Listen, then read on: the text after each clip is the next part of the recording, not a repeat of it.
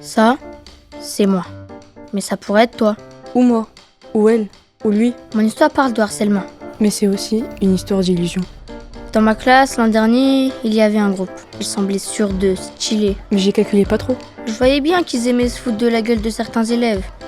Enfin, il y en avait un surtout. Je me disais que c'était son problème. Elle n'avait qu'à se défendre aussi. C'est la vie, hein. Il y a des forts, il y a des faibles, non? C'était triste pour lui, mais moi, j'étais pas une victime. Mais un jour, on m'a critiqué. C'était presque rien, mais assez pour que je m'inquiète un peu. Qu'elle s'en prenne à moi aussi. Je l'ai pensé vite fait, et puis je me suis rassurée. Je suis pas comme lui, moi.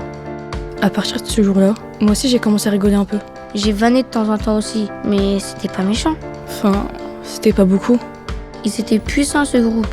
Surtout lui, il nous redit qu'il avait peur de rien. Elle avait vraiment les mots pour casser. Il voyait direct là où il fallait taper. Et puis, il y a eu les vacances. À la rentrée, j'ai senti comme un malaise. Des remarques, des ricanements. Au début, j'étais pas vraiment sûre. J'étais peut-être trop susceptible, Et puis parfois aussi, il me laissait tranquille. mais ça s'est accéléré. Et puis c'est devenu tout le temps. Partout. Qu'est-ce que j'avais fait? Peut-être je le méritais. Finalement, j'étais peut-être faible. J'avais honte.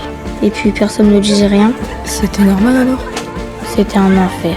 Il fallait que ça s'arrête. Mais je voulais pas passer pour une badance. J'avais peur que les choses empirent. J'avais peur de ne pas être comprise. J'avais peur de décevoir. C'était sans issue.